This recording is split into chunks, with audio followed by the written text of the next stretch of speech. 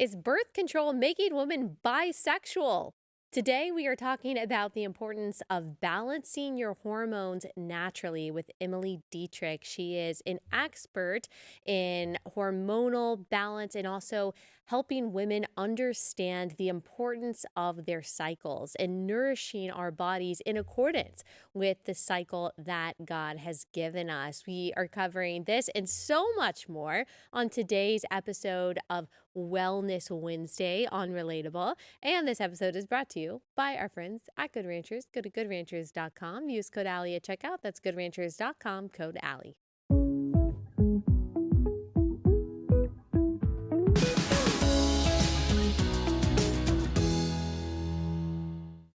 Emily, thanks so much for taking the time to join us. I'm so excited. Yes. Okay, first, can you tell us who you are and what you do? Yes. My name is Emily. On Instagram, I'm Little Ray of Health. That's how most people know me. But my name is Emily. A lot of people think it's Rachel because it's Little Ray. Yeah. Emily Ray. I'm a certified health coach, and I help women balance their hormones naturally using mostly food as medicine. Okay, you're the first person that I followed that has an emphasis on balancing hormones. I mean, I see a lot of health coaches on social media. They help you lose weight, count your macros, change your body composition by eating certain kinds of foods, but your emphasis is on hormonal balance. Yeah. So tell us how you got there. Like, how did you make that central to what you do? Yes. Okay. I mean, I feel like with most people, everything got messed up and I had to heal myself. So like you make your mess your message kind of thing. Yes. Became a health coach. And along that journey, I tried different diets. You learn about different diets. You learn about different things. I tried going vegan. I tried doing this and that. I had been on birth control at this point since I was 15, and I became a health coach when I was 22. Hormonal birth control, like the pill. Yes, hormonal birth control. I tried like 4 different kinds. It was like a Goldilocks, like maybe the next one over the course of 8 years. And at first it was great. At first I didn't notice anything. I was like, oh, this is great. I was put on birth control at 15 for really no reason. That's so many no people's reason. story. Yeah. I mean, that's my story too. Yeah. I didn't have was acne. 17, but yeah. I wasn't sexually active. Like I didn't have acne. I didn't have horrible periods. Like it was just, okay, this is what everyone's doing. Here you go. And so I didn't know any better. My mom didn't, my sister was on it. All my friends were. So got on birth control when I was young. And then, years go by. I'm in my 20s. I'm drinking, right? I'm going out. I'm staying up late. I'm not eating the best. Like I'm trashing my body, basically. And as I'm becoming a health coach, my health is crumbling. And I became a health coach. I got a psych degree, but I knew I didn't want to be like a therapist. I knew I wanted to help people. Always love helping people. I know I'm like a healer. It's kind of my ministry, And I was like, but it's not going to be through like psychology. And I've always been passionate about nutrition and health. Kind of runs in my family. My grandpa was that way. My mom's kind of crunchy. And so I was like, I'll become a health coach. So I do that. And as I'm doing that, my health is crumbling. And it was so scary. One, I didn't know it was happening. And I didn't have anything to compare to. Like I didn't understand. I hadn't changed anything. Yeah. But as I'm going through this, like I'm gaining weight. My periods are horrible, super painful. My acne is crazy. This is early 20s? This is early 20s. Okay. This is like I'm 22, 23. And everything just backfired on me. But you had been you'd been interested in fitness, and people would probably have looked at you and said, oh, she's healthy. She likes 100%. working out. She eats I pretty looked healthy. Great. I was in really good shape. And I didn't at that point I went through a phase where I was counting macros. I was going to the gym, but I wasn't under eating severely or anything. I was really eating good food, high quality food. And so that was part of it. I was like, I'm healthy. I don't understand what's happening. Why am I gaining weight? I had cellulite, and I was like, it was just scary to feel like I wasn't in control. Which like was I was different a prisoner. for you. Now, some people have always had cellulite, even though they're working out. But for you, that's not something that you had. So it was kind of a strange development at the time. It was rapid too. Yeah. It was in a matter of months. My body changed so much.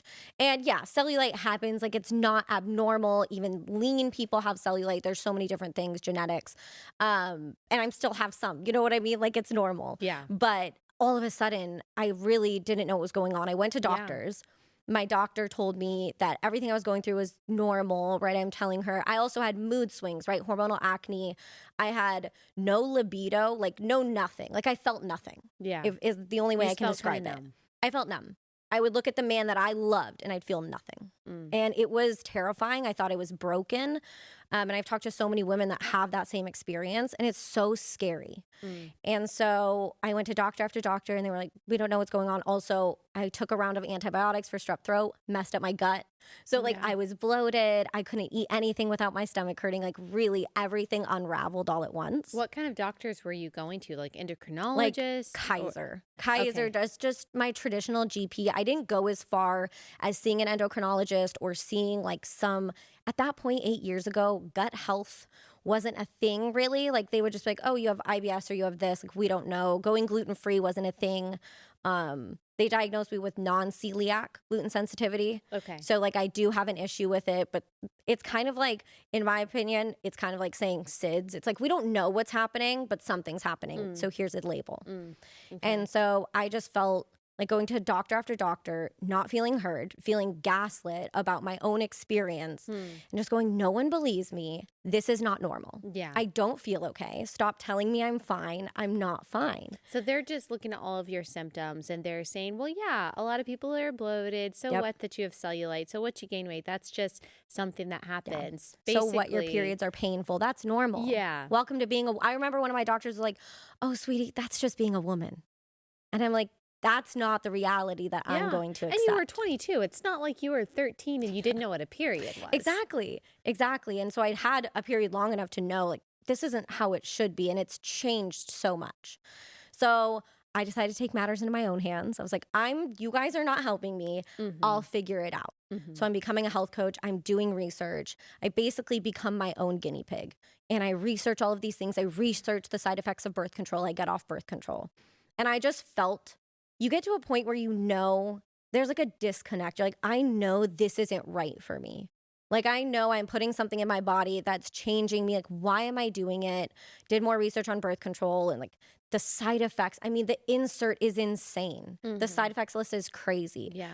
And so I decided, like, I'm going to heal myself. I cut out dairy and gluten. I worked to heal my gut. Yeah. And then that's when I dove into hormone balance. So I did take some courses in hormones, hormone health, just to be like more specific so I could teach other women.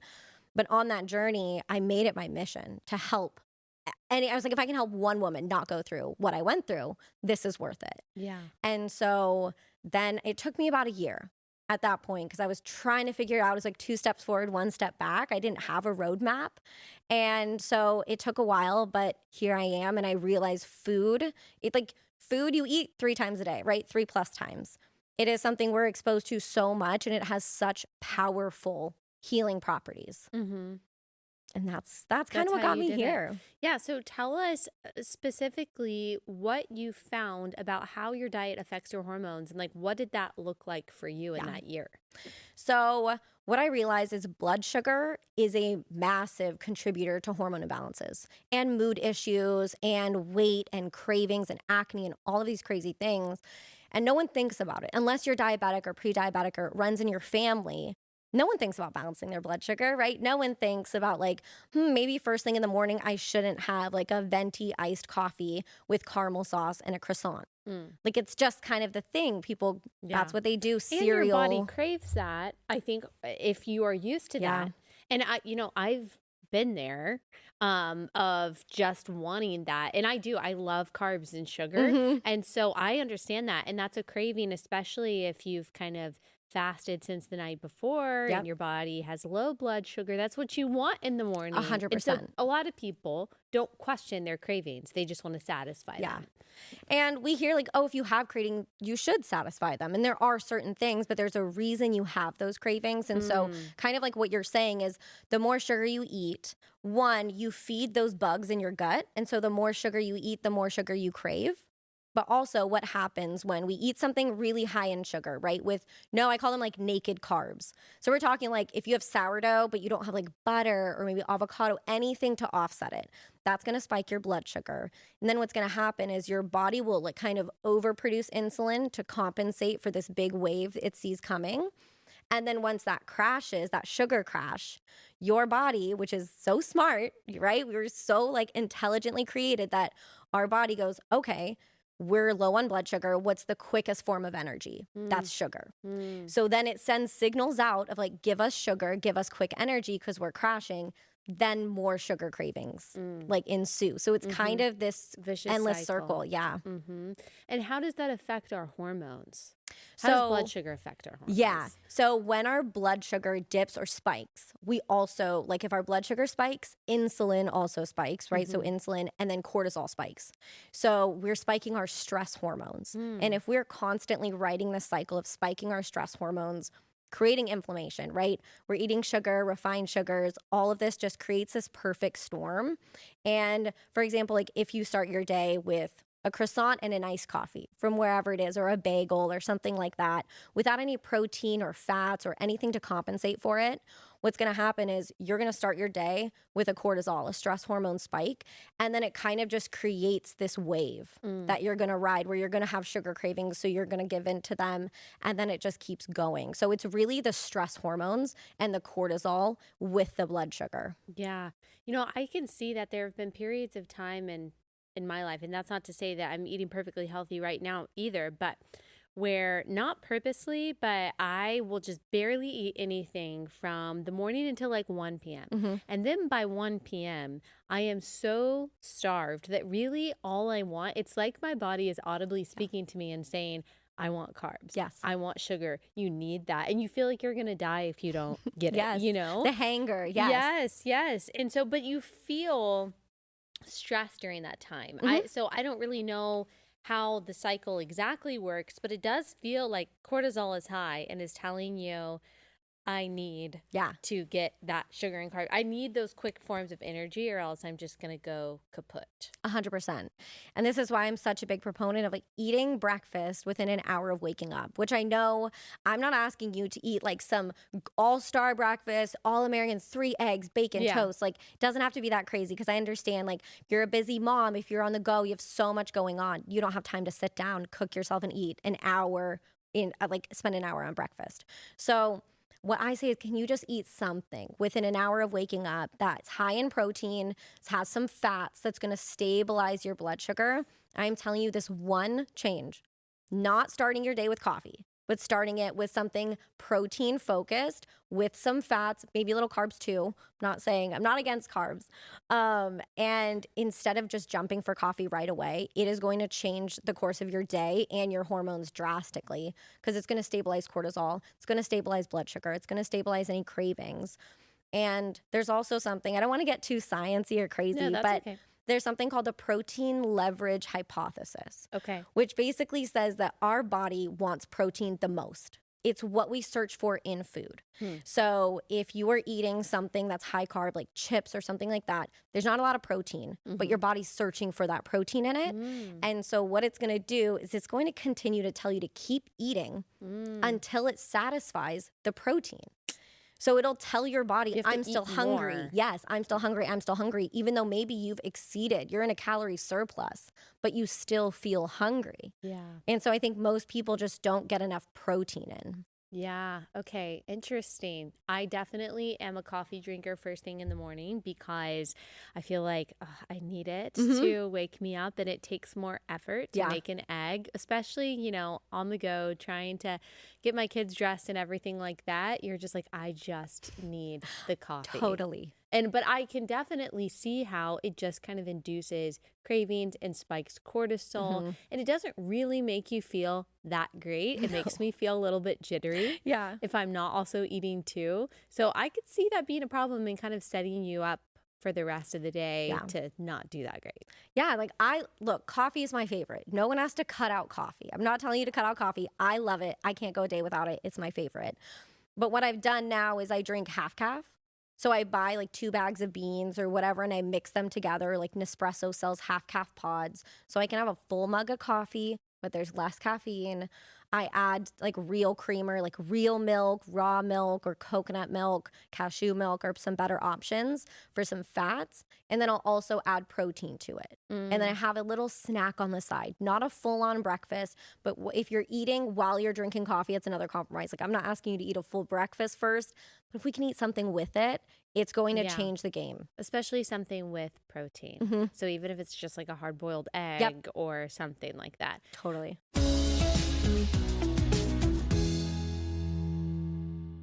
All right, quick pause to tell you guys about an exciting new series that we've got for Blaze TV subscribers, and that is called Debatable. Our first episode of Debatable is between a Catholic apologist and a Protestant apologist, Catholic apologist Trent Horn and Protestant apologist Dr. James White. It's an incredible conversation spanning 2 hours. You guys are absolutely going to love it, whether you are a Catholic or a Protestant, or you're not either one of those. You don't know what to think. You are going to love this episode of Debatable. So go to blazetv.com/Allie. Use code Allie for $30 off your subscription. When you subscribe, you get access to this, all of the other content that we've got coming down the pipeline for subscribers, as well as all of Glenn's stuff, Steve Dace's stuff, the Unashamed guy stuff, so much for Blaze TV subscribers there. Go to blazetv.com/Allie, code Allie, blazetv.com/Allie.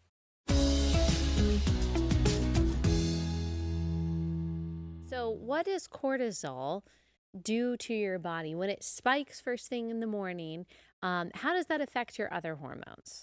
So cortisol is our stress hormone. And look, it gets a bad rap, but like we need cortisol. Yeah. Helps wake us up in the morning. So cortisol is highest kind of at the beginning of the day, which again is why you don't want to throw coffee, basically throwing fuel on the fire. Yeah. And so it's highest, it helps wake us up.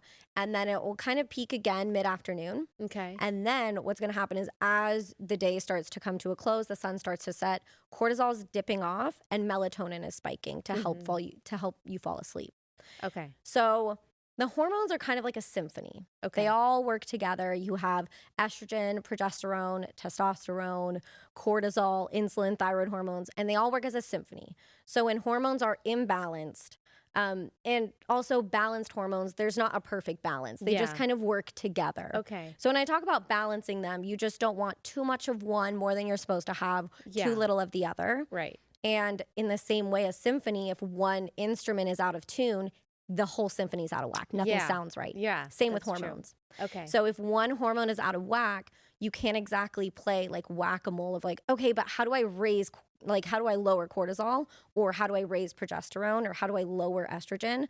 You really have to hit them all together and focus on like the core foundations instead of just one. Okay. So for example, if cortisol is spiking, insulin could be spiking, you could have then progesterone gets eaten away. Okay. So if we're in a stress state, and progesterone is arguably the most important hormone when it comes to fertility. It's what helps sustains a pregnancy. So women that are having miscarriages, they have no problem getting pregnant, but it's staying pregnant, sustaining that progesterone. Yeah. And it's also what triggers menopause later in life is like your estrogen begins to rise without progesterone, progesterone tapers off, and that's when menopause starts. Right. So women who have sometimes when they have a history of miscarriages, once they get pregnant, they will have to take progesterone so that their baby will be able to survive. And that's when after you get pregnant, sometimes you have to test your progesterone to see if your baby is continuing to grow. And so all of this works together. Exactly. And progesterone is also known as the chill hormone. So if you notice that you're getting kind of anxious before your period, that could be you have low progesterone. So progesterone is supposed to raise in the second half of your menstrual cycle, which is your luteal phase. Yeah. And so if you don't have enough, you might have shorter cycles because progesterone is what helps lengthen that phase. But you might get kind of, heart palpitations or feel anxious or have trouble sleeping when you're getting closer to your period. Okay, so we covered breakfast and kind of the hormones that can start off your day and set you up. What about the rest of the day? Why does it matter what you eat for lunch or what you eat for dinner? And how can we eat in a way that helps balance, as it were, our hormones for the rest of the day? So I always like to make protein the star of the show. If you take one thing from this podcast, it's just eating more protein, high quality protein as often as you can, making that the star of the show. So kind of helping. It's easy to eat enough protein if you're not overeating other things. Like a lot of people are like 100 grams of protein minimum. Like, how am I supposed to get that? It's like, well, if you're not eating a ton of other stuff, right?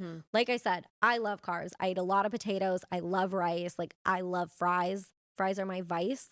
But what I focus on is making protein the star of the show. So making sure we're having like breakfast, lunch, and dinner. The focus is protein, at least a serving. So 4 to 6 ounces, depending on whatever that is. And then building your plate around that. Okay. So adding some carbs and some healthy fats. So balancing your plate really at the bottom, bottom line is you want protein to fill up like almost half your plate, like a good amount of protein.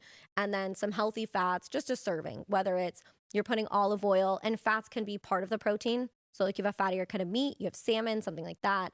And then maybe some greens, some carbs, and you're good to go. Okay. Do you agree with kind of the traditional advice that we've heard for a long time that we should be eating a ton of leafy greens? Because you hear such an emphasis on vegetables. They tend to be the thing that a lot of people don't like eating. I don't love eating vegetables. And you hear that is the key to being healthy and staying away from infections and getting sick and things like that. I will say, and I get this message all the time, like, Emily, I don't see you eat a lot of vegetables. I really don't. I eat like starchy veggies, I like carrots, potatoes count, and I do love greens. Like if it's arugula, I'm not eating a ton of greens. I'm not overdosing on veggies for the most part. I really think protein is the most important macronutrient, and then behind it fats, and then behind it carbs. But avocado has carbs and fiber. I count that as kind of a vegetable on my plate. I really look for vegetables as fiber and colors. Like you can get colors from sweet potatoes and carrots, and there's purple potatoes, and there's so many different things. I also think there's something to it of if no one likes, like there's this whole thing, no one likes vegetables that much, right? Yeah. Unless they're slathered in butter or something like that. Yeah. And I think there's a reason for that. That's Like, an interesting you know? theory. Yeah. same with And babies. Like if you give a baby either steak or broccoli, they're probably going to choose the steak. yeah. You know, that's interesting because you do hear, especially from people who are hardcore carnivore, and I'm not saying that's where you are, No, but yeah. people who basically only eat animal protein and animal fat, they have made the argument, which I thought was interesting, that a lot of the leafy greens that we eat, a lot of vegetables that we eat, that we're actually eating the wrong part of it, that the part that we're eating is more toxic. And the reason why it tastes bad is because it is the plant telling you, don't eat me. Yes. I don't want you to eat me. You can eat the fruit that I bear, but don't eat the leaf part. And that's why it tastes bad. I'm like, oh my gosh, I'm such a genius. That's why I've never liked kale. That's it. Yeah. Yeah. No, I would have to agree with that. Is that there's something called anti-nutrients inside of plants. So if you think of an animal, its defense mechanism, it can run away from you if it doesn't want to get eaten. Plants can't run away. Yeah. So they have anti-nutrients, oxalates, these kind of like little toxic compounds that are meant to essentially kind of make you sick, mess up your digestive system for animals so that animals don't eat them. We don't eat them. And yeah, here, they're like, here, I made you fruit. Like, eat my fruit. You don't need to eat my leaves or anything like that. So yes, I eat like arugula here and there. There's like bitter digestive. They're good for your digestive system. But yeah, I will say I don't think vegetables are the end all be all of health. I really Okay. don't. Well, that's good to know because Yeah. I like beef a lot more than I like broccoli. There you So go. that's great. That's good news.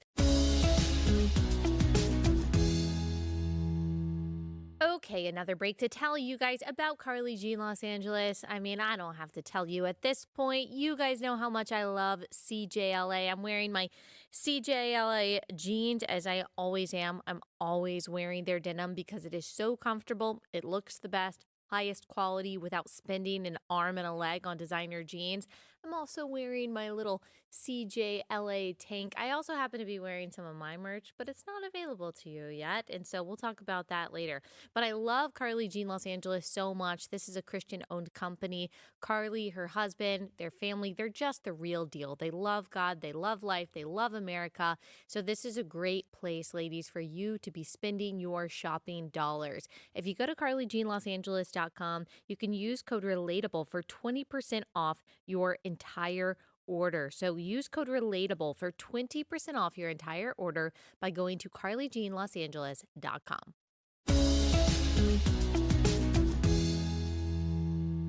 So when you were on this healing journey yourself, you were discovering this. When did you start to see improvements in your body? I will say I started the second I got off birth control, I felt a million times better. Like I can't even Immediately? immediately the Wow. same way people when I've heard people describe like getting implants taken out of like when I woke up, I immediately like my eyes were clearer. Wow. And getting off of birth control was the same thing. I was like, "Oh, this is what it feels like to be me." Like it feels like Yes. coming home Yeah. to yourself. I can't explain it, but I get messages all the time from women that are like, "I got off birth control and like I woke up happy today." That is so sad. It So it makes me want to it's cry. so It's really sad. sad. Okay, let's talk about the birth control for a second. I know that I asked you a question and we're not totally finishing it. We'll go back to your health story, but let's talk about the birth control because what you said, how you described that you got on birth control when you were 15, basically for no Yeah. reason. Me too. I was 17.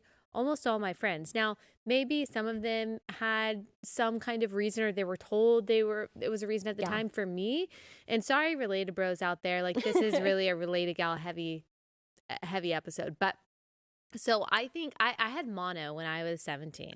And so not great, but it happens. And so I think I missed like 2 periods or something because I was sick and Yeah. that's what happens. But my doctor acted like this was a really big concern. This was a problem. I'm 17 Yeah. years old. I didn't have a period twice in a row. You need to get on birth control to regulate your period. That's what we're told. Regulate your period. Yeah. And I was the same way. Everyone was on birth control. Like there Yeah. were people. Okay, this is, and again, if my dad and my brother are listening to this, they're not going to like this. But like there were people who got on birth control because like they didn't want to be on their period for spring Yes. break or something. And so they would go on birth control to know when their period was going to be. And so you're presented birth control as a teenager. Like this is a harmless thing. You should just get on it and it'll be totally fine. Yeah. And so I didn't see it as a big deal. I don't think my mom saw it as a huge deal because she just didn't know. She Yeah. just didn't know. And when you have the doctor telling you You believe this them. is the healthy, right thing to do, and then you're scared to get off of it because you're like, am I going to get acne? Is my period going to be messed up? And so I did the same thing. I went through, probably 3 or 4 different kinds until also I was 21, 22, and I was like, I don't want to do this anymore. Yeah. So many other women have gone through that. This is such a common like story. Insane. Yeah. And so, okay, birth control. There's so many different kinds, and I'm going to address basically none of them are good. I used to be on the fence, like, oh, you should do what's best for you. And obviously you should. But I don't think any woman needs to be on birth control for any reason. Like it doesn't regulate anything. That's the biggest thing is, oh, it's going to fix your period. It's going to regulate your period. You don't get a period on birth control. It's not a real period. It's a withdrawal bleed from withdrawing from these fake hormones. So fake progesterone, fake estrogen, it's all fake. They're all exogenous hormones. And the way that they work is by basically putting your body in almost like either like a postmenopausal state or like some people compare it to pregnancy. So you're not ovulating. And it also works by basically like thickening the uterine lining so that even if by some chance you got pregnant, nothing can implant. And so there's different forms, the non-hormonal birth control, copper IUD. Copper toxicity is a big issue. Copper can increase estrogen and really mess things up. But with the copper IUD, yes, it's non-hormonal, right? So people are like, it's great. There's no hormones. No. The way that it works is by irritating, basically inflaming your uterus. So it's inserted into your uterus. It inflames your uterus. And they say it's how it works because nothing can implant. You could still have an egg be fertilized every single month, and it just doesn't implant. Yeah. No Which one is talks an about that. ethical and moral problem for And those of us who yes. believe that Yeah. life starts at fertilization, Yeah. not implantation. A lot of people don't realize that. And that is true about the IUD. Some people think that the IUD is different than the pill in that, but it's all doing the same thing. Exactly. And also what they found is that inflammation doesn't stay localized. So I've heard from women, they were like, the copper IUD was the worst one for me. Ugh. Most painful periods, like most heavy cramp, like just terrible. Well, it's a foreign object in your body. Yeah. Yeah. Which is just weird, Yeah. creepy. And then birth control, you're supposed to take it every single day, but you can only get pregnant 6 days out of every cycle. 6 days. And so why are we taking birth control every single day? to prevent something that can only happen maximum 6 days. Yeah. Like, I speak to women who are in their 30s and they're like, what?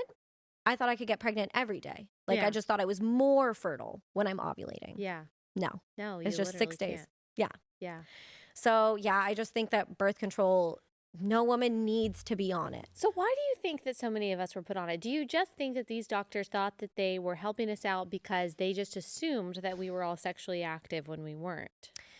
I feel like it's so multifaceted. That's true. And what it comes down to, in my opinion, I think women are sold a lie that birth control is empowering and birth control is liberating. I think the root of it, it assumes that women are too dumb to understand their own fertility and their own hormones and to like take control of it. So they're like, we're just going to give you this and you can go do whatever you want now. Yeah. And you're going to be so empowered. It's going to be so great. And you're fine. Don't worry about the side effects. Don't worry about the short-term or long-term effects. Like, you're fine. And I don't even think we were told that there were any. No. And now there's Yaz commercials being like, did you take Yaz? Because you might be entitled to financial compensation. Exactly. It's crazy. And so, yeah, women also, they don't think about these things until they want to get pregnant, until it's time to just get off birth control. And they try, and they're having like the infertility problems that are going on in this country right now are insane and heartbreaking. And it has to do with men also, like men's fertility, which also has to do with food and microplastics and all of these things in our environment. But it's just, it breaks my heart that no one is told this. Like, we go on birth control when we're so young. Maybe you're on it for 15 years. Yeah. And then you want to have a kid and you're having massive issues. Right. And people don't talk about, they're starting to, I've started to see conversations about this, but the psychological impact that you can have. And again, this was something that I think we all knew in a very amateur way. In, high school and college, you would hear people say, oh my gosh, this birth control made me psycho. And so I had to, or it made me depressed, or I was crying all the time. And so I switched. And all of us were like, oh yeah, yeah. And without thinking, oh my gosh, that is a horrible thing to go through. Yeah. Young women that are put on birth control, like teenage women, are 70% more likely to be prescribed antidepressants and anti-anxiety medication. 70% more, which is insane. And that was kind of my experience as well. I went on one, went on another, went on a third, and I was so depressed. I'd never experienced anything like it. I'm a very upbeat person, and I couldn't get off the couch. Like, there was like this inner monologue of just get up, go for a walk, get in the sunshine, like you'll feel better. And I couldn't move. You couldn't move. And it was just so, like I said, feeling like a prisoner in your own body, going like, I don't know what's going on. I'm not in control. You feel so detached. And that was the final straw when I felt like depressed. My doctor was like, well, we can put you on this one. I said, no. Yeah. I'm just done. I got to get out of this cycle. Yeah. And so, the psychological impacts are crazy. And I've heard Dr. Sarah Hill say that you also may be more likely to be bisexual if you're on the pill, and that it can actually change whom you are attracted to if you are a woman. And I've heard the argument that women may be, and because I can't speak for everyone, but may be more attracted to more feminine men, if men at all, when they are on the pill. This is true. Yeah, there's data. There's studies. When I say this, a lot of women don't believe me, even men. They come at me in the comments. I'm like, I can send you the studies. One of the ones they did is they showed women on birth control, like pictures, basically like AI mock-ups, right, of men, and then they slightly feminize their features. So one, they look masculine, they look like a man, right? The other one, slightly more feminine features. Women on birth control chose the men with more feminine features. And not only that, there's something called the t-shirt test, sweaty t-shirt test. You can look this one up too. And they had a bunch of different men work out in these sweaty t-shirts, right? Put them in bags and have women smell them, essentially smelling their pheromones. Oh my goodness. This is so crazy. I have not heard this. Oh my gosh, this one's so fascinating. And they had women on birth control and not on birth control do this. And the women that were on birth control chose the scent of men who were more genetically similar to them, which you don't want. For the most viable, like resilient offspring, you want someone with the DNA furthest from you. to give them the Oh, best chance. my goodness. Women chose men with DNA more similar. And I've also gotten messages from women like, I got off birth control and I broke off my engagement. Like I got off birth control and I like was so not attracted to my fiance. Like I've gotten messages that are like, Emily, I almost got married. I'm like, oh my gosh. Too much. Oh So this my is crazy. gosh, your birth Yeah. control is making you gay. It's making you have maybe, I don't know, bad choice of men. Not always. But that is crazy that it would change your attractions that much potentially. But it makes sense. People don't realize how much our hormones can affect us. Yeah. And affect our minds, affect how we think, and how we think kind of can form our reality. Oh, yeah. And of course, it affects the decisions that we make, which then does inform our reality. And people don't realize how much. Yeah. But, you know, more people are talking about this now, which I'm encouraged by. It makes me so happy. Yeah. Yeah. It's emerging now. I feel like it's kind of trendier to talk about hormones and balancing your hormones. And I'm like, this is like the base level stuff that we should be talking about. Like we can't keep playing God with our cycle, right? Like, oh, I don't want my period. I think a lot of young women athletes are also put on it so that they don't have a period, so it doesn't mess with their performance. Yeah. I've heard that a lot. And it's just, for what? Like, is that worth it? Yeah. It's not. Okay. Let's talk about the cycle then, because all right, I will just say that until I started trying to get pregnant back in 2018, I really did not know anything about the period cycle. I just didn't. And I mean, for as long as sex ed has been around in this country, I think most women, and especially most men, but even most women, we really are totally ignorant about the stages of our cycle. So can you just talk about those and why they matter? Yeah. I did this on Instagram the other day. I was like, welcome to my sex ed class where I teach you everything you didn't know. Yeah. Like arguably the most important stuff about how our body works. Yes. And so, okay. So I like to compare it to the 4 seasons that, you know, like nature, the 4 seasons of nature. We as women go through 4 seasons over the course of 1 month. So our cycle, men have a 24-hour hormone cycle. 24 hours, they can get up and go every day. They're the same. Women are not this way at all. It's like this is why I say like the 9 to 5 was meant for a man. Like women are not meant to be the same day in and day out. We just go through a cycle like 28 to 35 days, right? 4 phases. Your period actually marks the start of your cycle. I used to think like I'm either on my period or not on my period. That's it. That's all there is. Well, and period, it's the end of a sentence. And so you would think it's the end of it. Okay. And granted, it is actually the least exciting part of your entire cycle. Like really ovulation's the main event. Period's what happens if you don't get pregnant. And then your body's already getting ready for another, like getting ready to hopefully get you pregnant again. Yeah. And this is what our body was designed to do. Whether or not we're trying to have a baby right now, our body is. And so I just want to touch on it for a minute that like, if you're missing your period or you have painful period, your period is the canary in the coal mine. Your period is like your monthly report card to tell you what's going on. So it's so important to stay in tune with it because it can tell you, like, okay, if it was heavy, if it was painful, if, you know, it was irregular, something's going on. Something's going on under the hood. Your body doesn't feel safe. So if all our body wants to do is have a baby and our period's messed up, it means our body's not safe. It's like something's going on. We're stressed, whether it's emotional, psychological, like whatever kind of stress that looks like. That's the reason we're not having a period. It's not, you don't have a birth control deficiency. Like there's something else going on, and these symptoms are invitations. They're signs from our body of like, hey, something's going on. I need help. And I'm trying to tell you. And if we slap on birth control as a Band-Aid to quiet all of that, once you get off birth control, everything's going to come back or it's going to get worse. So they'll say, birth control helped me so much. And what it did is it just covered up the symptoms. It did help you short term, but you didn't heal anything. There's still all this stuff going on under the surface. So your period, day 1 of your period marks day 1 of your cycle. Then your period should last between like 3 and 6 days. That's a healthy period. 3 and 6 days shouldn't be terribly painful. Like you really shouldn't be painful at all. You shouldn't have to take ibuprofen. You shouldn't have to pop Midol. You shouldn't have to stay home from school or work or anything like that. See, that was another thing that I feel like was kind of normal growing up, is that some people would have like debilitating cramps in their back or in their abdomen. Both at the same time was me. I'd have 2 heating pads at one time. And that was just seen as totally normal. Yeah. That's the whole welcome to womanhood. Like, this is what it's like. Yeah. It's not. Yeah. And I think the same goes for the birth industry, right? Like all of the stuff that we're told.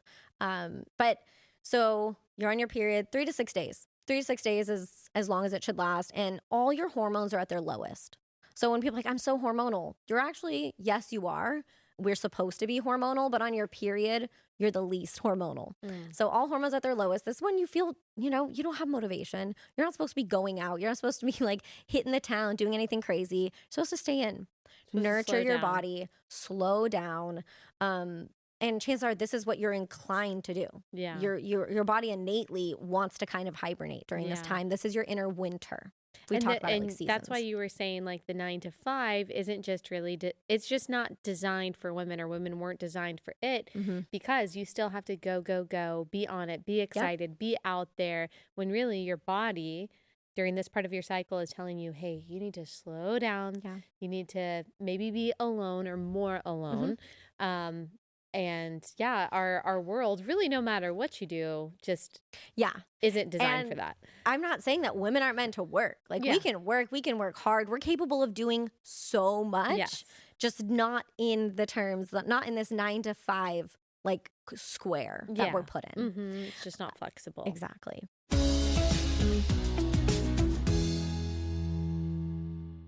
Okay, I'm so excited to tell y'all about 7 Weeks Coffee. This is an amazing company producing excellent coffee, but even more importantly, they are promoting godly values. They are dedicated to saving every beating heart. In fact, that's why they're called 7 Weeks Coffee, because at 7 weeks gestation, that baby inside the womb is the size of a coffee bean. So 7 Weeks Coffee donates 10% of every sale to pregnancy centers. They've already raised over $250,000 for pregnancy resource centers and pro-life organizations across the country, supporting over 750 pro-life organizations at this point. When you buy your coffee from 7 Weeks Coffee, you are not only getting super high quality coffee, we absolutely love it in our home, but you are also allowing your coffee to serve a higher purpose to help save those little image bearers inside the womb. So go to 7weekscoffee.com, use code Allie for 10% off your purchase. That's 7weekscoffee.com, code Allie. So you're on your period, and then the next phase, maybe around day 7, you move into the follicular phase, which is your inner spring. So the same way like flowers are blooming in the spring, you're getting your energy back after your period, your hormones begin to rise.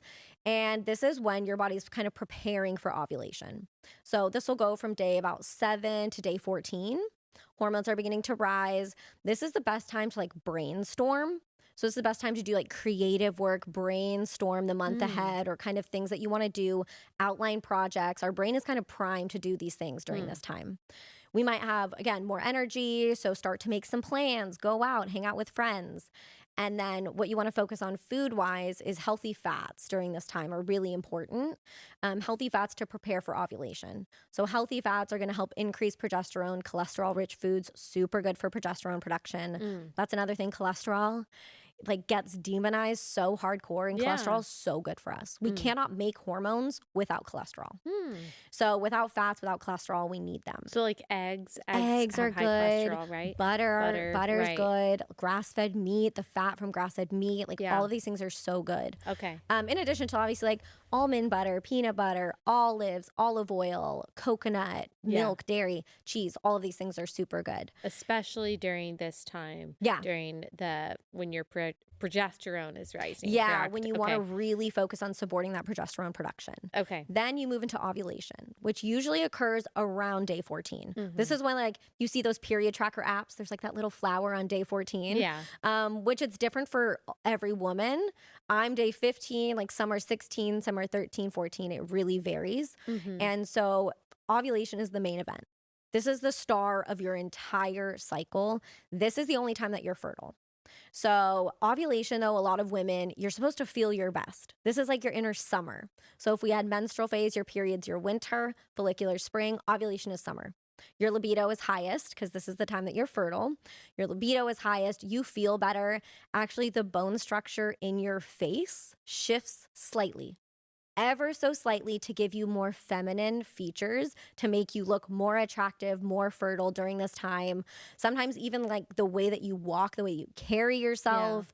Now, ladies, pay attention. Like I promise you, if you pay attention around day 14, you're going to know. You're going to feel it for a few days. Yeah. But there is science to behind, like some days I feel ugly. Like some days I look in the mirror and I'm wearing the same outfit that I've worn and it just doesn't look right. Yeah. That's usually luteal phase, which we'll talk about next. But during ovulation, a lot of women may actually retain some water or maybe get constipated during this time. So you want to increase fiber. I try to think like if it was summertime, this is your body's inner summer. What do you eat during the summer? Light foods, right? Salads, fresh fruit, raw fruits and veggies, seafood, lighter fiber-rich foods to help kind of offset some of that water retention and bloating. And then again, this is the time that you can get pregnant. So this is the time you're fertile, usually lasts about 6 days. Sperm can live for up to 5. And then ovulation is a 1-day event. As soon as you release an egg, it starts to die. So that's and this is all considering that someone does have a healthy cycle. Yes. And obviously there are some cases in which women are not ovulating, and that is a whole problem. Yeah, if you're having anovulatory cycles or you're not ovulating. Same thing with like, oh, I had a late period. There's no such thing as late periods. It's just that you ovulated way later. So your period will like always come about 10 to 14 days after you ovulate. Okay. So it's usually delayed ovulation. Again, if your body doesn't feel safe. Yeah. You're stressed, whether it's emotional stress, financial stress, work stress, kids, your body just goes, oh, this is not a safe place to have a baby right now. We're going to hold off on this until we can handle all the other things that are going on. Yeah. And I know that we're in the midst of looking at these cycles, but I just want to say that just from the little personal experience I have with all of this is that it took me, for whatever reason, maybe you would be able to diagnose this, but for every child, it took 4 months of trying to get pregnant. And as far as I know, there's nothing wrong with me. But the first time I remember that my thyroid hormone was apparently off. And it wasn't until I got on the right dosage of medication that we were able to get pregnant. And I'm guessing that's kind of what affected it. But then also for everyone, it's always been on the 4th month that we've gotten pregnant. We've never had to have like any help or anything like that. It's just been 4 months. Who knows? But I do realize like just the importance of understanding your cycle, of understanding when you're ovulating, of how the thyroid hormone, how that can affect all of the other hormones that are necessary to have a normal cycle. It really plays together. And I think I did used to think that, well, if you just have unprotected sex at any point, you're just going to get pregnant. Like Mean Girls. Yes. The whole that was like, don't have sex or you will get pregnant. Yeah. That's basically the sex ed that we all got. Yeah. And that's what I thought too. And having, gone through pregnancies now, I realize it's a lot more involved than that. Yeah, and I think this idea that if you don't get pregnant on the first try, there's something wrong with you. Yeah, you're infertile immediately. No. Like I really urge women to wait 6 to 8 months of trying. I remember hearing a statistic, I don't know what it is now, it might be different, but that it takes the average couple 16 times. So 16 tries, whether that's it's not 16 months, but 16 tries. It's not normal to just get pregnant on the first try. It's not common. And so it means, it doesn't mean anything about you if you don't get pregnant on the first try. Yeah. Some people do, some people don't. It just takes a little bit longer. It happens at the right time for your body. Right. Okay. So that's you said follicular, and then let's move on to the luteal. Yeah. So luteal is your last and longest phase. Okay. This is the 2 weeks before your period. Okay. So ovulation, all hormones are at their highest. Like progesterone, testosterone. Progesterone spikes right after, and testosterone is high, estrogen is high, everything's high. And so if ovulation is when you feel the worst, this is one of the signs also, again, canary in the coal mine, something's off. For example, if you're kind of have excess estrogen and estrogen peaks during ovulation, you're not going to feel great because now you have too much. Or if you break out during ovulation, it should be when you feel your best. So luteal phase, you might still ride that ovulation high, feeling good, looking good. This is the best time, again, to use your cycle. I always say use your cycle as your superpower. Plan interviews during this time, plan date nights during this time, plan projects, take pictures. If you have front-facing stuff, ovulation is the time to do it. Okay. You're just more magnetic. Okay. And so luteal phase, first half, you're still going to feel good. You're still going to feel good. Moving into the second half, though, the week before your period, and I would argue this whole phase, you should pull back on caffeine. Pull back on like refined sugar, pull back on fried foods. Mm. All of these things are going to increase inflammation. And your luteal phase is when your body's essentially like kind of incubating a pregnancy, right? Implantation is happening. It's making like setting things up for a pregnancy. So what's going on is your stress threshold is much lower because your body's on high alert for anything in your environment that could jeopardize that. Mm. During this time, also our immune system is suppressed to accept that pregnancy, so our body doesn't reject it. So if you're someone that gets sick a lot right before your period, this is a sign to maybe like up your vitamin C because immune system is suppressed during this time. And so the week before your period, just kind of slow down. So Mm. you'll feel it. You kind of feel your energy start to dip. You start to get closer to your period. This is when PMS occurs. And PMS is not normal, it's common. And there's such a difference there. And just because everyone else is experiencing it, everyone you know, still doesn't mean it's normal. Yeah. I don't experience any PMS. Like my period comes on the day it's supposed to come. I don't have lower back pain. I don't get irritable. There's no mood swings. Like it shouldn't be crazy like that. Your Mm. period should not affect your life. Mm. Like you're going to know it's happening, but again, like you shouldn't have to stay home from work or anything like that. So avoiding intense exercise, avoiding super stressful things, caffeine, sugar, alcohol, seed oils, fried foods during this time is just going to really help set you up for an easier period. Yes, I have noticed the seasons of my life where I am really dedicated to cutting out inflammatory foods, that cramps pretty much go away before my period. Where again, I thought that that was just a normal thing that everyone went through, even to have totally debilitating cramps right before your period. But you're saying that that's not a good thing, and that's an indication that something is off. Yeah, these are little signs that you can listen to it instead of covering them up. Like, okay, what am I doing? Yeah. Take a little inventory of your habits. And again, like I want everyone to know I'm not perfect. I go out, I eat seed oil French fries when I go out, like I eat dessert. I'm not perfect. I get my hair done, I get my nails done. You don't have to do it all. You don't have to, I like to say, you don't have to live on a farm and churn your own butter and do all these things, have no Wi-Fi. You don't have to do all of those things to be healthy. Doesn't have to be all or nothing. But every little change that you make matters. Yeah. Like you're saying, like you avoid inflammatory foods, your cramps are better. And it's making those connections and going, okay, what I'm doing is working. Yeah. And being in tune with our cycle, because I think most of us don't change anything. It's just every day getting through the day. And I totally understand, like everyone's busy, whether you're a mom like I am or whether you're not. Like we all just have things that we're just trying to get through without any thought about our bodies needing things from us besides just its immediate need of hunger or thirst. Yeah. So you're advocating for one, understanding our cycle, being more in tune with our cycle and the hormones and the hormonal changes that come with that, and then nourishing our bodies in a way that, I don't know, honors, I guess, the cycle that God has given us, Exactly. in the pacing of our life and also in the kinds of foods that we're ingesting. Yeah, exactly. It's just listening to your body. And the more you do it and the more you tune in, you have the answers. Like that's what I try to empower women is like you have the answers. You don't need to look necessarily all the time. You don't need to look to someone in a white coat to tell you what to do or to tell you what's best for you. Like we are given discernment and we know. And it's not that like if we gain weight or all these things, like your body doesn't hate you. It loves you. It wants to thrive. It's not just trying to keep you alive. It wants to be healthy and vibrant and thrive. And so if you gain weight or if your periods suck, like it's not that your body's punishing you. It's that your body's trying to tell you something. Yeah.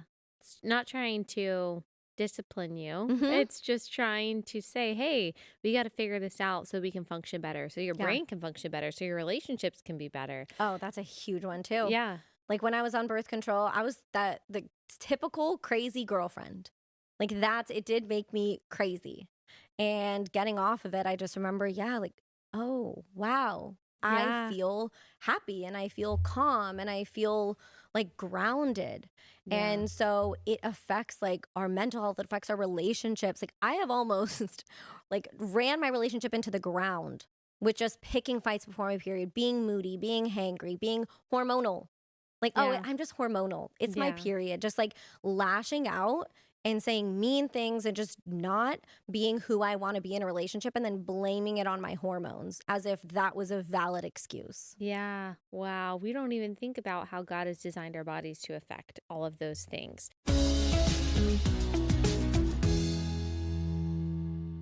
Okay, last sponsor for the day is Jace Medical. I am so thankful for the service that they offer. Unfortunately, we live in an unpredictable time where we are facing things like medicine shortages. The supply chain is all messed up. Unfortunately, we rely on other countries to get the medications that we need, including vital antibiotics, even some of the prescriptions that you and your family rely on. Maybe you've even um, dealt with some of these shortages and this rationing over the past couple of years.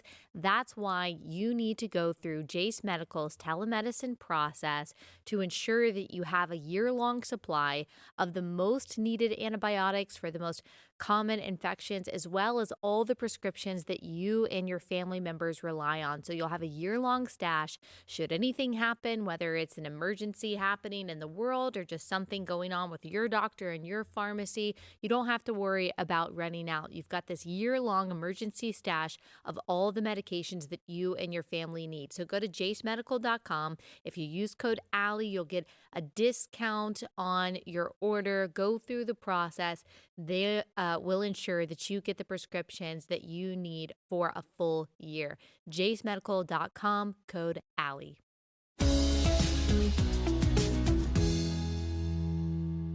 Tell us about, in addition to diet, what else do you do and recommend as far as exercise, the time that you spend outside? We hear a lot of things about like red light therapy, Yeah. saunas, grounding.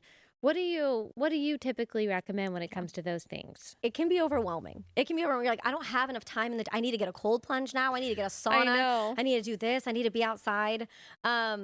Cold plunging, I get a lot of questions about. Yeah. Tell I us. recommend it for women if you're already like pretty healthy. Okay. It can cause inflammation and stress. That's what it's doing. It's an acute stressor Yes. that makes your body more resilient in the Yes. long term. But if your thyroid is trashed, if you're like having all of these issues, don't recommend it every day. And I don't recommend it for any woman unless you don't have a cycle, right? You're postmenopausal maybe. Okay. But Just because it's causing stress, it can cause and your stress. body So could negatively react to that. yeah. So it can actually cause like more inflammation. But during your follicular phase, like I just recommend avoiding it before your period, or if you're having trouble conceiving, avoid during ovulation too. Just to really make sure your body's feeling safe during that time. Yeah. But follicular phase, and again, you kind of know, like, oh, I'm feeling tired and gross and I don't want to do anything. And maybe not jump in ice water. Yeah. Yeah. And I do think it's different for men than for Yes, for exactly. women, you know? Yep. I Men mean, could do it every day. yeah. They're fine. Yeah. Like, And I understand. I could see the psychological benefit of enduring something that feels impossible first thing in the morning and showing yourself, I can do this really hard thing that I did not want to do. I didn't want to get out of my bed in the morning. I just wanted to lay there and scroll on my phone. But I went and I did the very last thing that I wanted to do this morning. And that I do see how that, whether it's the cold plunge or running or whatever it is, sets you up for the rest of the day. Because I've had different experiences like that. I don't do cold plunge, but the one time, long time ago now, that I ran the half marathon, I do remember the positive impact that made on my mentality and my confidence about myself, that, oh, I did that thing that I thought that I could never, ever do. Now I'm confronting this different obstacle, and I bet I can do that too. And that's true in so many different areas of life. So I could see the benefits of something like a cold plunge, but it doesn't have to be a cold plunge. I do cold showers. Yeah. I do 30 seconds, 45 if I'm feeling crazy, but 30 seconds before I work out in the morning for that exact reason. Because look, there's going to be involuntary challenges that you face every day. Hard things are going to come up. So yeah, if, like what you're saying, if So you true. voluntarily do something hard that you don't want to do, when something involuntary arises, you're gonna be like, oh, I can do this because I do hard things on my own. Yeah. I force myself to do hard things, so like I can handle this. So I do the cold showers, 30 seconds, and I really like it. I feel the same way. Like you just feel better. You're like, wow, I didn't think I could do it. I can. Yeah. Like just reinforcing this, like I can do hard things. Yeah. But But even dunking your face oh, in the I love to ice dunk my water. face. Okay, I do both of those. Yes, you told me about that, and I started doing that. Or even like my ice roller in the Yes. morning. I'm not saying at all that it's the same thing as cold plunge. I'm not saying this is difficult, but even just the initial like difficulty of doing something in the morning that doesn't feel great, I Yeah. do think it kind of helps you. I like it. Yeah. I like the dunking my face in a bowl of ice water. I love it. It feels good. I do it mainly, it can help benefit like your nervous system and your heart rate variability. I do it mainly for I feel like my skin glows Yes. and it just kind of wakes me up. And same thing. Yeah. It's like, who thinks about dunking their face in ice water in the morning? But it really helps. Yeah. So Definitely. I would say, okay, we're going to talk about like just the main things that you can do, basically things that are free, right? So yes, you can go in a sauna. If you have one near you, you have one at your gym, sauna is so good for you. Or you can take a hot bath with like Epsom salt in it. Get yourself to sweat. You really want to like open up your detox pathways, which sounds kind of complicated, but really it means like, are you drinking enough water? Are you going to the bathroom every day? Are you sweating? Are you moving like your lymph?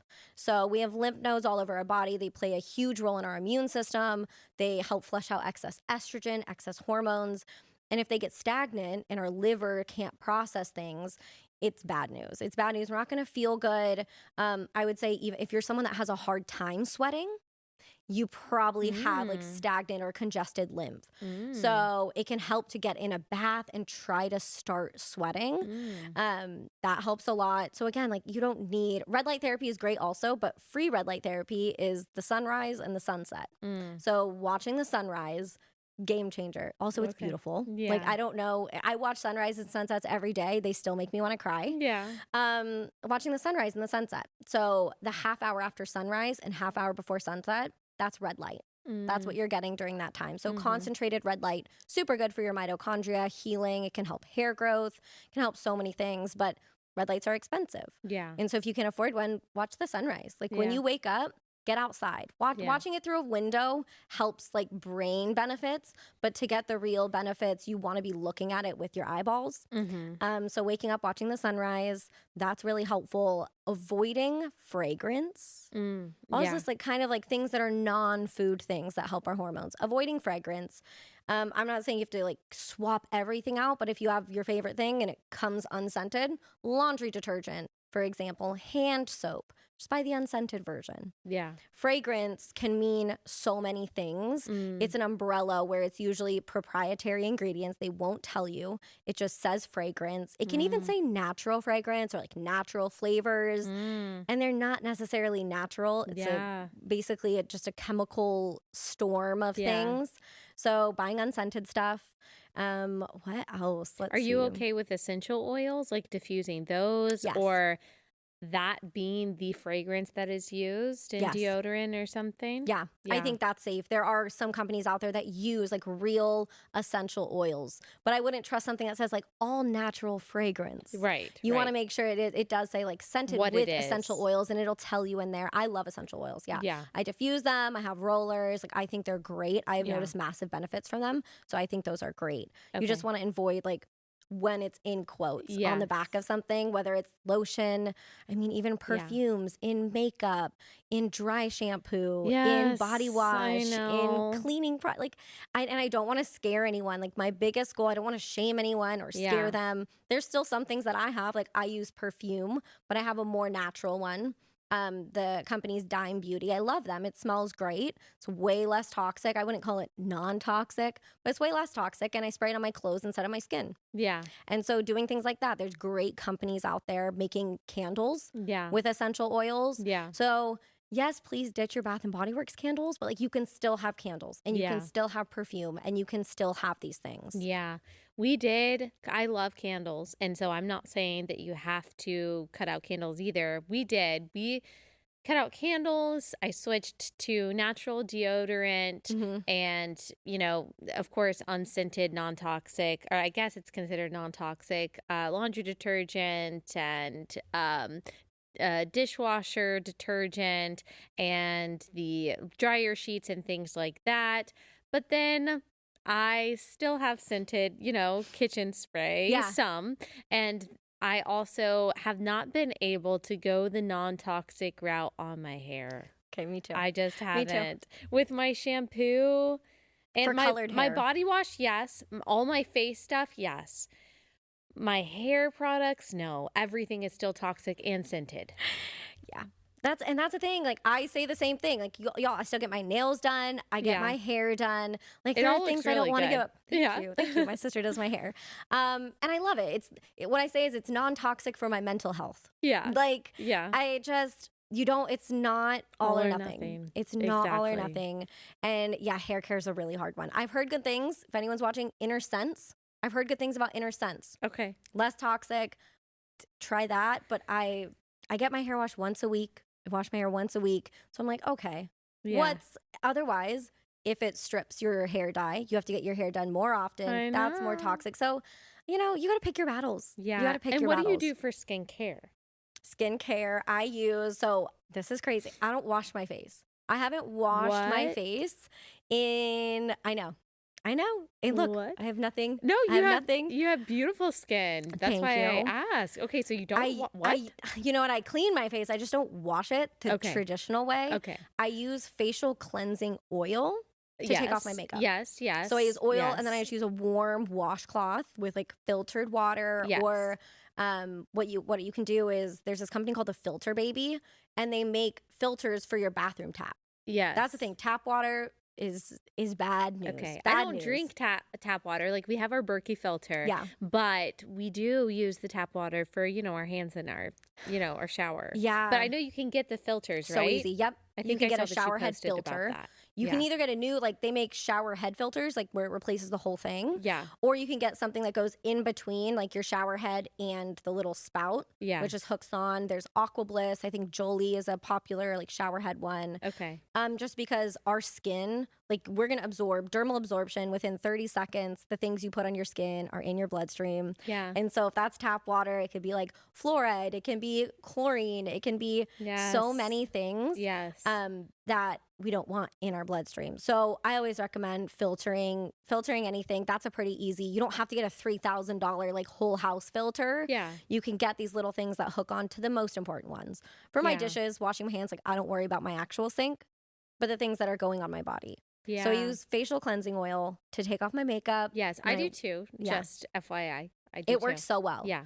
Like you think rubbing oil on my face seems weird. Yeah. It makes your skin feel so good. It's so gentle. Mhm. And the oil just basically grabs onto the impurities in your makeup that's on your face from your lotion. Works like a charm. Yeah. So I do that. Just the main ingredient's avocado oil. I could probably Mhm. make it myself. Yes. And mine is, they're a sponsor for the show, but Adele Natural Cosmetics is the facial oil I use. Ooh. Now, when I am in the studio, because I have more makeup on here than I typically do, I do also use, like, Primally Pure has the like facial cleansing bars that I will use just because I feel like I need that extra to get all my makeup off. But I agree with you. Typically, I think that the oil by itself is fine and it leaves my skin feeling so moisturized. Yeah, I love it. Like you almost don't, I do still wear moisturizer, but like you almost kind of don't need it. If you didn't have any, you'd be fine. So I do that. And then I also use like a rose water, like a toner, kind of like what you're talking about. I'm kind of double cleansing, I guess. And then I mainly use tallow. Like I mainly use tallow. Yeah. I think there's a little bit of jojoba oil in there and maybe like frankincense. It's like a little blend. Yes. The company's tallow. There's so many companies. Yes. But I love it. And that's mainly what I do. And then during the day, I wear a moisturizer because the towel's too oily for me to like, put makeup on during the day. Yes. But that's really what I do. Yeah. And castor oil on my lashes. That works like a charm. Oh, wow. I'd never heard of that. Game changer. Because I had Okay. lash extensions Okay. for 4 years. And I was like, I don't want these anymore. So I looked up how to grow your neck. Castor oil is amazing for so many things. Yes. Also. Yes, I've heard this. And it worked great for growing your lashes. And Oh, I'm sure you wow. could probably do it on Yeah, your your eyebrows. lashes are long. Wow, my goodness. All right, it's that time. And the time is to tell you once again about Good Ranchers. If you have not subscribed to Good Ranchers to get that box of all American meat shipped to your front door every month, what are you doing? Are you seriously still going into the grocery store and picking out meat there? That is such a hassle. You know those little made in the USA stickers that a lot of the meat has on in the store on their packaging? Do you know that it just means that they were just packaged in the US? That very often this is imported meat from overseas, who knows where, who knows what quality it is. You don't have to worry about that with Good Ranchers. All of their meat is from American farms and ranches. It's also mRNA free. That's the promise that they're making to you. So just so much less to worry about. You can get their amazing bacon, better than organic chicken, pre-marinated, non-pre-marinated, their craft beef. We love their ground beef. That's probably what we use the most. Also steaks. It's just amazing. And this is another company run by a family that loves God, shares our values. Right now, if you use code Allie to subscribe to a box, you can get $189 of free chicken with your subscription. So when you subscribe to Good Ranchers and use code Allie, they will send you a $200 box of chicken for free. That's amazing. Just go to goodranchers.com and use code Allie.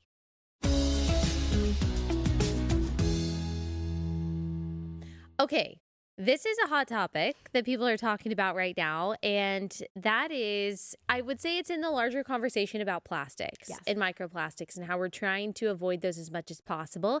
And glass and stainless steel have both been offered as healthy alternatives. And with the Stanley craze and people going absolutely insane trying to get their Stanley is kind of seen as the alternative that you should choose over your plastic water bottle. But there have been these viral videos going around showing that there's lead in Stanleys and in other stainless steel cups. So what do you think about that? It is such, I mean, it's the hottest. Stanley's, like, if you don't have a Stanley, you're not cool. Yeah. Right? I had one and I was like, I got a different one. Yeah. But yes, they have lead in them. It happens in their sealing process. So it's kind of in the sealant that they use to seal these cups. It's not like the whole thing is made out of lead. I really think there's a lot of fear mongering happening. Like, yes, there is lead in them. Will say the one brand I know, I mean, if you're using glass, but I've had 3 glass water bottles that I've broken. Of course. Shattered. Because really? Yeah. So stainless steel is a better option. There is small amount of lead. Yes. But if we're going to be worried about that, let's start looking about everything else, right? If we're going to be worrying about heavy metals and that, like, let's look at the tap water. Let's look at this. Like, there's so many bigger things to worry about. Okay. And yes, Stanleys have some lead, but it's better than drinking out of plastic. Okay. So it's so hard.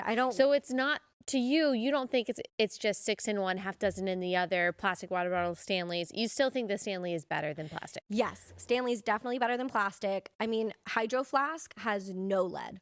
They've come out, they kind of threw shade at Stanley actually and said, like, this process is more expensive and took us longer, but we stand behind our product and we really care.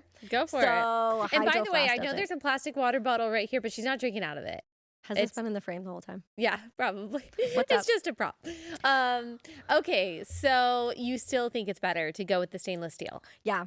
Okay. Yeah, because glass is just, you can't give a child glass. You're not going to, It's so tough. No, the best that we've been able to do is stainless steel. And even in that, like, there's some either plastic or silicone. Yeah. That is, like, playing a role in those cups, especially with toddlers, because it's so tough. No one can be perfect. Yeah. Like, if I would love for everyone to drink more water. And if you can do a Stanley, you love drinking out of your Stanley, it helps you drink more water. Cool. Yeah. Great. It's better than plastic. Same thing with, like, Tupperware. Like, let's switch to glass. Or at least if you have plastic and you're like, I'm trying to switch to glass, it's kind of expensive to invest. Don't put hot food in it. Yeah. Don't put it in the microwave. Yeah. Like, there's so many little nuances that I'm not saying you have to go into your kitchen or overhaul your entire life. Yeah. But there's better ways to go about these things. Yes. The one thing I liked about my Stanley, I switched to, and none of this is sponsored, but I did switch to a BrewMate, and I do like the BrewMate because it doesn't spill. I didn't like the Stanley because it spilled everywhere. Yeah. The BrewMate, you can just stick in your bag. You can actually, like, close it. But one thing I did like about the Stanley is that I could put my glass straw in there, and that's just like one elimination of plastic. There you go. I love using my glass straw. Yeah. So it is just a It is a balancing act. Like, you are just trying to figure out what changes you can make. Yeah. Maybe some people can go all in and you are living on a farm and you don't have to do anything that's toxic Yeah. at all. For most people, that's not the case. But Yeah. yeah, I don't want people to get discouraged thinking, well, I just can't be natural or holistic at all Yeah. because I can't do everything. I think there's a big, like, the crunchy community is like under attack for this mentality. Like, if you're not doing everything, it's not good enough. And like I've said, every little thing you do makes a difference in your health. Every single thing you do. So, like, yeah, switching to glass, switching these things, maybe not going on your phone first thing in the morning. That's random, Ugh, but that has I'm bad about yeah, that. I'm so it's bad. hard. It's so hard. But that will spike your cortisol. Like, Yeah. starting your day like that, Makes sense. boom. Totally So, like, makes even sense. half an hour. If you can hold off half an hour, makes a huge difference. Yeah. So there's just so many things. Like, I don't want to shame anyone. I don't want to shame anyone for doing course. whatever, because I've been there. I still do some things, but it's just the more you know, you can make more informed decisions. Yeah. I saw you post the other day about exercise. Yeah. Obviously, like, you are very fit, you have a lot of lean muscle, but you posted that you haven't been doing heavy exercise recently, right? Yeah. It's been a while since I've had like a solid routine. And I'm a big advocate. Like, I think we should always exercise and move our bodies, but Yeah. just sometimes in our life, it's not, we can't figure it out. Like, we can't get into a routine. Yeah. We have busy lives. So I am active. Like, I try to be active. I walk. I get a lot of steps in. I try not to be sedentary a lot.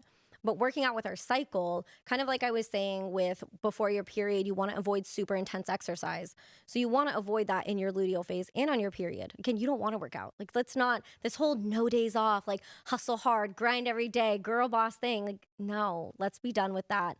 We don't need to. So I do lift weights, but I'm able to basically maintain my body by eating. I would argue that eating enough protein is probably the main thing that helps me maintain the muscle that I have, even if I'm not consistently working out. Now, genetics also play a small role for sure in how quickly Yeah. you can gain muscle and how well you hold on to it and all of these things. But I think just by being an active person, like, you don't need a crazy routine to see results. Like, I think if you worked out 30 minutes a day, 3 days a week, you could probably get pretty fit. Yeah. Especially if you are eating the right things. Yes. If you are eating the muscle, because like you said, your body is looking to latch on to that muscle. Like, it's trying to find it. So it makes sense that even if you're working out, but you're just eating carbs, that your body isn't getting what it's looking for. And so it's not holding on to or building the muscle that you're trying to create.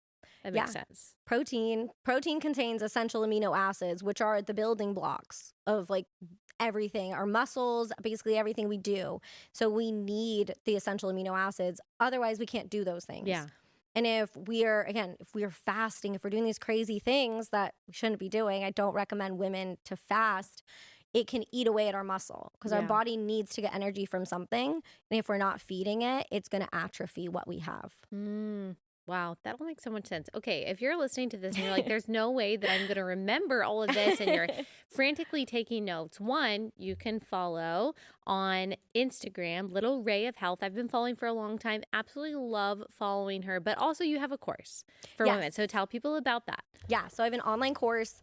It's called the Balance Bay Blueprint. It is basically everything that I did to heal my hormones. So it covers gut health, it covers metabolism, it covers nutrition, it covers, like, how to balance your plate, what to eat. There's grocery lists, there's ebooks, there's Pinterest boards with ideas for different recipes for each phase of your cycle.